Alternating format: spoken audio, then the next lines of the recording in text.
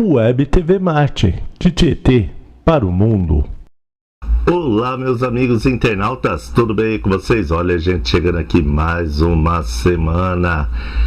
Como vocês estão aí do outro ladinho da tela? Tudo muito bem? Feriadão de Tiradentes e aqui estamos. Tema da semana, calma, isso é Brasil. Não saia daí não, roda aí a nossa introdução, vai.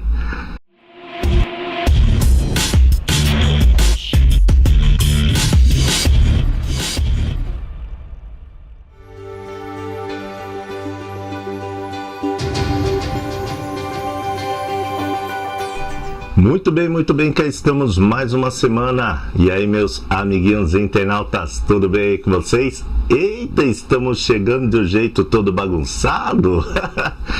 Edson, cadê seu cenário? Calma aí, gente, calma, muita calma nessa hora que nós estamos fazendo aqui uma reforma aqui no estúdio da TV Marte aqui. Então eu peço a compreensão de todos, paciência. Quem sabe semana que vem nós já estamos com o estúdio já montado, novo aqui, né? Poder apresentar aqui para vocês.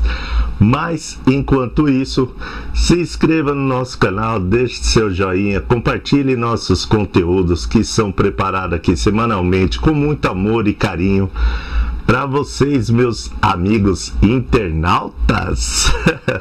E vamos lá, gente, antes de entrar no tema da semana, só para não perder o costume, vamos falar um pouquinho aqui de Tietê aqui, porque 2025 começou a administração nova, porém os problemas de uma administração nunca acabam. Então, aguenta aí, meu povo.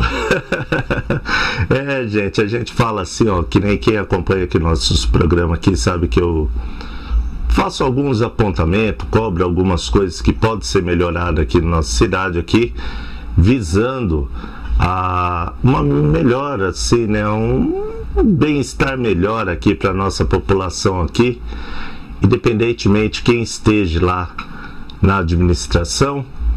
Eu estou aqui fazendo a minha parte de cidadão de imprensa livre, qual não recebe nada, nem um centavo de governo, verba nenhuma política. Então eu posso vir aqui e fazer esses apontamentos livre, leve e solto, né?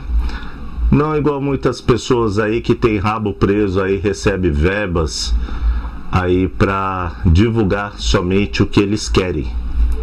Vamos lá então. Semáforo.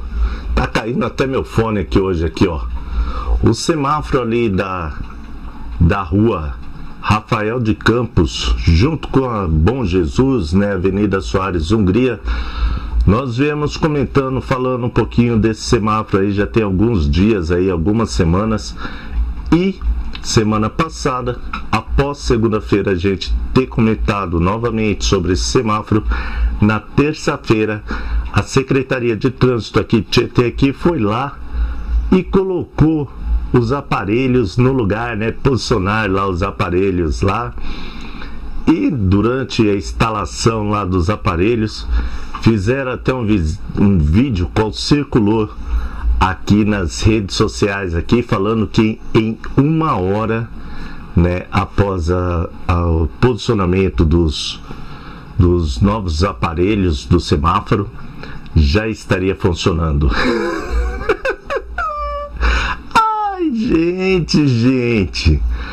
Gente, eu quero falar para vocês que passaram, que viram esse vídeo, passaram ali pelo local, viu que o semáforo aí, ó, como vocês estão vendo aí, continua desligado. Eu tenho a resposta para vocês, calma aí. É que acabou a pilha do relógio da pessoa que estava marcando o tempo para ligar aí em uma hora. E como semana passada era Semana Santa, e a gente sabe, passa aqui, passa lá. Hoje, segunda-feira, feriadão, eu tenho quase certeza que amanhã ele consegue trocar a pilha do relógio, qual está marcando o tempo de uma hora, e ele vai perceber que já se foram mais 7 dias e vai ligar esse semáforo aí, hein? A esperança é a última que morre, né? Aqui é Tietê. Então, vamos lá. Gente, brincadeiras à parte, mas falando sério, tem que colocar esse semáforo ali funcionar, né? Tá perigoso demais esse cruzamento ali. Estamos contando muito com a sorte que, graças a Deus, não aconteceu nenhum acidente ainda ali, né? Bom, mas mudando de assunto e ainda falando de um tema muito sério, que este daqui vai ser até mesmo assim, vamos lá, meus amigos do bairro Santa Maria, bairro Jatobá, né? Há um mês atrás vocês me convidaram, pediram que eu fosse até o bairro para ver a ponte, né, qual estava sendo construída.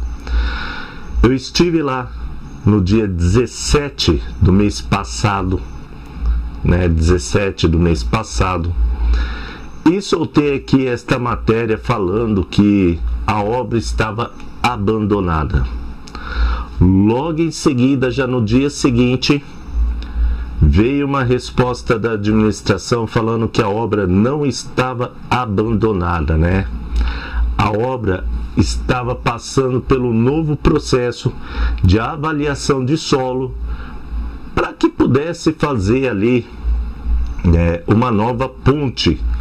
Lembrando essa que obra no valor de R$ 1.908.649,81, qual foi aprovada já no início do ano passado, em fevereiro do ano passado, pelos vereadores municipais na época, né, que estavam lá na Câmara Municipal. Aprovaram que a prefeitura fizesse esse investimento, né, do próprio dinheiro que tinha ali dentro da prefeitura ali, sem fazer empréstimo, sem nada, usando o dinheiro em caixa para que realizasse essa obra. Os vereadores na época aprovaram, mas 30 dias depois, né, voltei lá ontem, domingão de Páscoa, enquanto todos estavam aí festando, provavelmente em família. Aqui a gente trabalha, porque nosso trabalho é independente. Todo minuto é muito importante pra gente. Então eu fui lá ver lá como que estavam as obras lá, e claro que eu queria ter chegado lá e não ter presenciado isso, gente. Aí depois vocês vêm e me falam que a obra não está abandonada, que está tudo indo bem, está passando pela análise de solo. Então, meus amigos aí do bairro aí, Santa Maria e Jatobá, né? Vocês que tanto precisam dessa via aí, que nem eu já falei no vídeo passado, é uma via muito importante para emergência, para um atendimento, né, ali de emergência ali. Como vocês puderam ver aí na foto aí, a obra continua assim abandonada, né?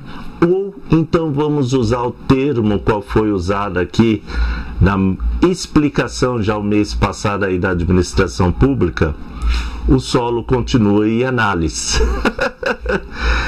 Tietê, né, gente? Tietê é assim, quando a gente pensa que o negócio tá para mudar, né, não muda, continua na mesma. A gente viu, ó, semáforo desligado, ponte ainda com solo e análise, né, lá a ponte lá, a qual vai dar acesso aos bairros de Jatobá e Santa Maria. Agora a Samai acho que nos ouviu, porém, Samai, olha aí as fotos aí, ó, a rua em qual vocês vieram consertar o vazamento aqui, qual nós estávamos solicitando para vocês, Rua Pedro Bom, continua ainda com o vazamento. E é que nem eu sempre falo, um serviço mal feito tem que ser feito 2 vezes. Então, por favor aí, Samai, olha só aí, fora esse vazamento aí, qual vocês aí já vieram aqui consertar aqui, ó, surgiu esse outro agora também aqui, que contamos aí com a colaboração de vocês aí, que possa vir aqui e sanar, né? Porque desperdício de água não dá, gente.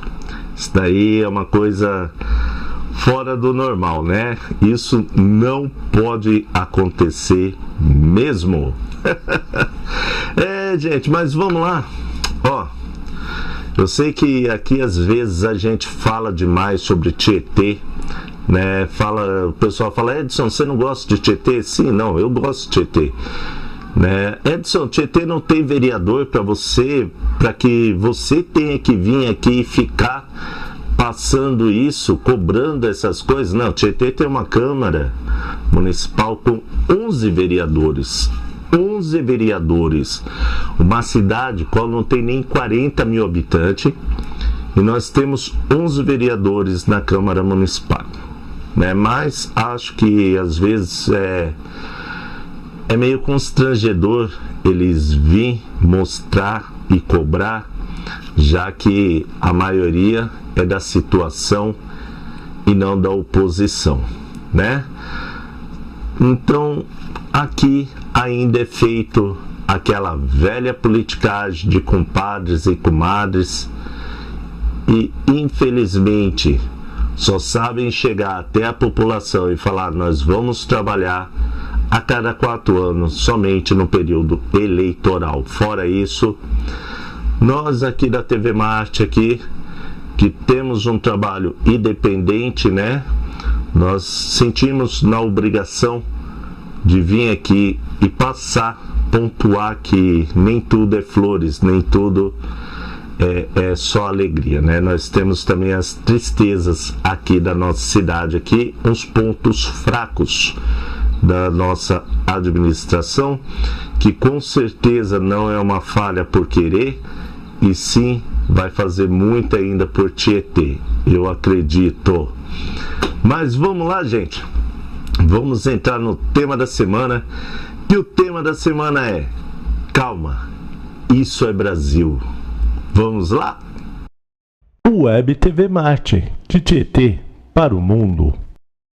Bem, gente, essa semana eu vou convidar aqui vocês aqui para que me acompanhem nesse raciocínio, né? Um raciocínio assim sério, né? Que nós temos que levar muito a sério, que é sobre corrupção, né? Ai, Edson, o que você vai falar aos políticos brasileiros? Não, gente, eu quero que vocês assistam essa matéria aí, que apesar dela ser internacional, tem tudo a ver com o assunto que nós vamos falar. Roda aí o vídeo aí, vai. Minutos antes de las 2 de la madrugada del miércoles, Nadine Heredia, la ex primera dama, sale de la Embajada de Brasil con rumbo al aeropuerto. Acompañada por personal diplomático, toman la avenida José Pardo. Tras unos 20 minutos de recorrido, llegan al grupo 8. 2:13 de la madrugada, la ex primera dama Nadine Heredia ha llegado al grupo 8 para dirigirse hacia Brasil. Precisamente, tras la lectura del adelanto del fallo, la policía judicial llegó a la vivienda de Nadine Heredia con la orden de captura, pero no la encontró. É sobre isso que nós vamos conversar essa semana, né? Isso é Brasil. Será que um país sério realmente aceitaria dar asilo a uma pessoa qual está sendo condenada por corrupção? Ai, Edson, não entendi nada o que este repórter falou. O meu espanhol é tão ruim quanto o seu português. Então tá bom. Calma aí, belezinha. Vamos ver aí a matéria então da Globo News e vamos deixar mais claro para você, né, quem é esta pessoa que o Brasil esta semana, né, o governo federal resolveu dar asilo político aqui no nosso país. Roda aí a matéria aí da Globo News. O que acontecia nessa época, em 2011? A gente tem que remontar ao período da eleição presidencial de 2011, em que o Ollanta Humala foi eleito presidente. O que acontecia naquela época? O Peru era uma das principais operações da Odebrecht. A Odebrecht era a maior empresa, a maior empreiteira do Peru, possivelmente a maior empresa do Peru em atuação naquele momento. Ela tinha muitos interesses, ela construiu metrô, rodovias, tinha várias obras, e o Ollantaytamala era um candidato que começou a eleição como um azarão, mas ele era um candidato de esquerda, próximo do presidente Lula e da então presidente Dilma Rousseff. E para ajudá-lo foram enviados marqueteiros também para o Peru. E aí, uma das coisas que ocorreu foi que o presidente Lula o ex-presidente Lula, então, pede para os Odebrecht darem dinheiro para a campanha do Ollantaytamala. O Jorge Barata, que era esse chefe da Odebrecht no local, negocia isso e começa a passar dinheiro para eles, primeiro pelo Departamento de Operações Estruturadas, via depósitos mesmo na conta dela. Mas chega uma hora em que ela diz para ele que precisa do dinheiro lá mesmo, no local, precisa do dinheiro em espécie. E aí é que acontece essa história que eu contei hoje na coluna do Jornal o Globo, que eu apurei na época que eu estava escrevendo o livro. Eu fui ao Peru, conversei com bastante gente, consegui reconstituir essa história. O que ele fazia? Ele recebia o dinheiro do Brasil, botava o dinheiro dentro de uma mochila e ia com um assessor até um apartamento que não era bem a casa deles, era um apartamento usado para realizar encontros de campanha num bairro de classe média, nem era identificado como comitê de campanha, muito simples, sem muita mobília nem nada. Ele chegava lá, ela o recebia, sentavam em algum quarto, ela esvaziava a mochila com o dinheiro e botava o dinheiro no armário. E, segundo o que eu apurei, foram algumas visitas desse tipo em que ele levava coisa de 200 mil, 300 mil dólares para entregar para ela. E essa visita que eu conto hoje no Jornal Globo, ela teve um fato inusitado para eles, que marcou, e por isso é que eu contei ela, que, em geral, quem recebia esse dinheiro era só a Nadine. O Jorge Barata ia até lá, entregava o dinheiro e depois ia embora. Era uma coisa bem rápida. Mas nesse dia, o que aconteceu foi que ela disse que o próprio Ollantaytamala estava ali do lado e queria conversar com ele. Ele foi até a sala onde estava o Mala, e o Mala agradece, manda agradecer o Marcelo Odebrecht e explica que, apesar dos temores deles, né, eles tinham muito medo que o Mala fosse estatizante, esquerdizante, coisas que para o Odebrecht naquele momento seriam ruins. Eles estavam vindo de um governo liberal. E aí ele explica, diz, olha, eu não vou estatizar nada, eu não vou ser radical, eu vou ser um moderado, eu vou continuar a liberalização econômica, e aí ele vai embora. E aquilo se repetiu algumas vezes, até que o Mala, que saiu do 4º lugar nas pesquisas, acaba ganhando a eleição. Não era o candidato preferido dos Odebrecht lá no Peru, mas acabou ganhando, e com a ajuda dada a pedido do presidente Lula, na época ex-presidente, que foi negociada junto com Antônio Palocci e junto com o Emílio Odebrecht. Isso foi também depois contado em vários depoimentos da delação do próprio Marcelo Odebrecht, da delação desse executivo, porque depois com a Lava Jato entraram no acordo de leniência da empresa. E também está muito bem documentado nos e-mails que foram apreendidos, nos registros do Departamento de Operações Estruturadas, e é por isso que ela foi condenada. Lá no Peru, a contribuição para a Caixa 2 de campanha é considerado lavagem de dinheiro. Não existe previsão de contribuição de empresas para a campanha eleitoral. Então, foi nesse contexto que ela foi condenada a 15 anos de prisão. E a história era assim. Acho que é importante a gente contextualizar como tudo acontecia na época, porque com o tempo, né, Júlia, as coisas vão ficando esquecidas. Um fato de 2011 que apareceu numa delação no final de 2016 e que no Peru teve muito impacto, né? Essa investigação sobre a Odebrecht na Lava Jato, e é importante dizer que não era só a Odebrecht, várias empreiteiras atuavam no Peru e foram investigadas e tiveram crimes revelados. Essa operação levou à queda de presidentes, à prisão.